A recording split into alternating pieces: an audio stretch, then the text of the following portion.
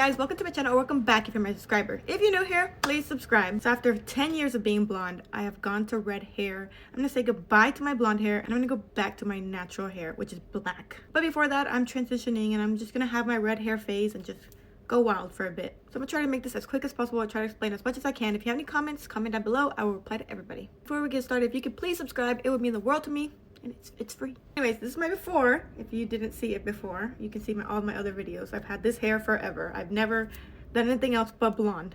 Keep watching. So as previously shown, this is my hair. It's blonde. I have dark roots. I recommend making sure your hair is all one color. It's just going to give it a more even look. I highly recommend you start with light color hair. This is going to give it a more vibrant red look. You can also do this on dark brown or black hair. You're just going to have to use a higher number developer, like a 30 or 40 even, because if you don't, the color will not take. But our goal here is more like a fire copper red, so starting with previously lightened hair would be great. Anyways, be sure to wear a t-shirt you do not care about. Something maybe you're going to throw away soon. It's just dirty. This is my designated hair dye t-shirt, so this is what I'm wearing. So let me show you everything you need to get started. I forgot to add the gloves in here, but that is highly necessary. Your hands would be so red if you don't wear gloves. So let me divide this into two sections for you. Necessary items and not so necessary items. So here are the must-haves. Of course, the hair color. I'm using the Wella Color Charm series in the shades medium red and light copper. You're also going to need bleach for the underglow that I'm doing, or just to lighten your hair in general. And toner is only necessary if you're really brassy after the bleach. Lastly, you're going to need the application brush and developer. 30 volume developer for dark hair, 20 for medium hair, and 10 for light color hair. The optional items include purple shampoo, a hair dye mixing bowl, because you could just use any bowl, hair foil sheets or aluminum foil, and these ion booster serums. They just make the process less damaging. So this is my little working station right now for my hair. The white keyboard was a big mistake. I ruined it. So make sure you add some type of protective plastic over whatever counter you're using. Let's go to the mixing. Pack of this ion powder lightener. You can use whatever bleach you like. Since I have dark hair, I really like this one because it lives 7 levels and it's ammonia free. Oh, and it has keratin infused. That's cool.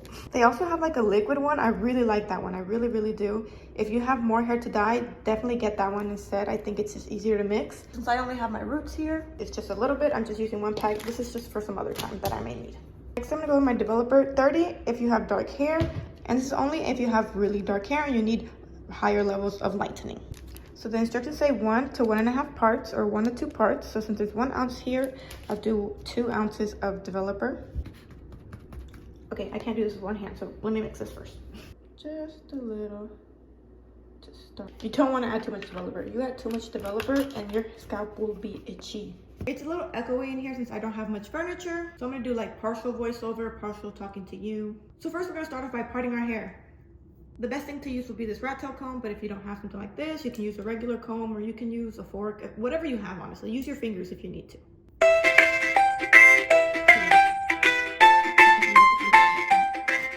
It doesn't have to be perfect unless you're planning to do a hairstyle like this, where half of it's half and half. Then maybe I guess you do want like an even line, but no. Another technically not necessary item, but I highly recommend, is a little mirror so you can see the back of your head. This is a really cute hairdo, kind of. Hair out the way.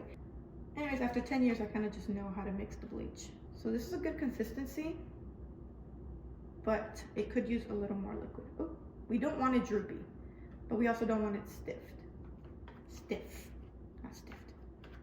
And this is good. You want it to drip out of your brush, but not like water. Just drip like that. So you get your brush here and you just start applying. Just go wild. Be careful. You don't want to get it on this hair, but it really wouldn't matter because you're going to dye it red anyways. If you would like to section this off, like in little sections, like half and half and half, you can. Since I don't have a lot of hair here, since it's really not that much, you flip it over and it's basically a section. You don't have to section it really. Evenly apply bleach everywhere. Keep moving, keep applying, move back again. That's all it is. So this is gonna take forever if I'm recording and talking to you the whole time. So I'm just gonna get this done and then show you how it looks. Okay, so this is what we're looking like after the bleach is done. See, it's already starting to lighten right here a little bit, not so much over here because I went like this when I should have went like this. So this is where the foils come in, where I said they're not necessary, but you know, it's all up to you. Just gonna keep the heat inside the hair so it can process quicker, better. You look silly, yes. That's it. I feel like the Scary Movie when they had like the Hershey's Kisses on it. So I'll let it process for another 35 minutes.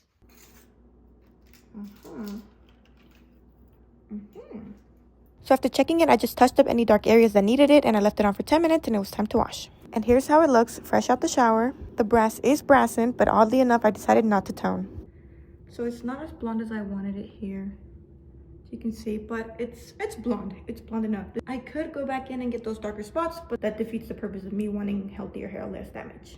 So before I get started on the top of my hair, I make sure to clip the bottom half away so it doesn't get mixed in. Now it looks even more ridiculous, but it's okay. My hair is a bit damp from like washing it, but that's fine. You can apply this on damp hair. It doesn't say apply to damp or dry hair. It doesn't say any of that. So when it doesn't specify, you can do it to damp or dry. But I did look it up. Never to wet hair, because the wet hair is just not, the color's not gonna grab. But damp is okay and dry is better because it's really gonna grab. So after tying down the bottom half, you can finally let the top half loose. And before mixing my dye and applying, I make sure to brush my hair out because we do not want any tangles. For the mixture, I recommend reading the box and using as directed. So that's what I did. You mix 1 part color with 2 parts developer. If you're not sure what that means, it's okay. It's really simple. Every 1 part of color you use is 2 parts of developer. Meaning every 1 ounce you use, it's 2 ounces. I'm so sorry I didn't mention this before and I didn't really show it. But I used only 2 boxes of hair dye. 1 box of medium red mixed with 1 box of light copper. Really liquidy. I don't like it at all. From the video that I saw, this is a good ratio. It should be liquidy like this. Like very liquidy apparently. So let's just try it out.